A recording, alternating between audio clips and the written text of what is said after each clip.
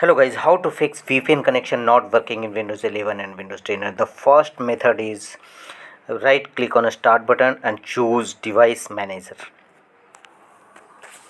In device manager, go to the network adapter section and identify three driver: WAN mini port IP, WAN mini port IPv6 and WAN mini port PPTP.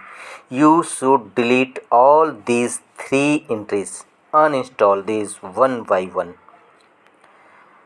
And after uninstallation, go to action button and click on scan for hardware changes. After this, your VPN connection will not be interrupted and for smooth functioning. Second method is right click on desktop, blank space, choose new and choose shortcuts. Provide a path location for this shortcut.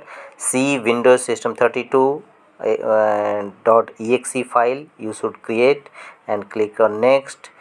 Assign a name. We will assign newly VPN. Click finish. A shortcut of VPN connect in exe file you will see on desktop.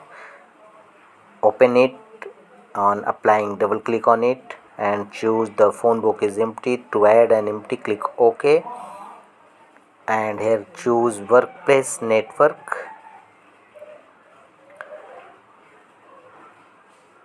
In workplace network, you should enter credential for VPN connection and finish the work. That's all.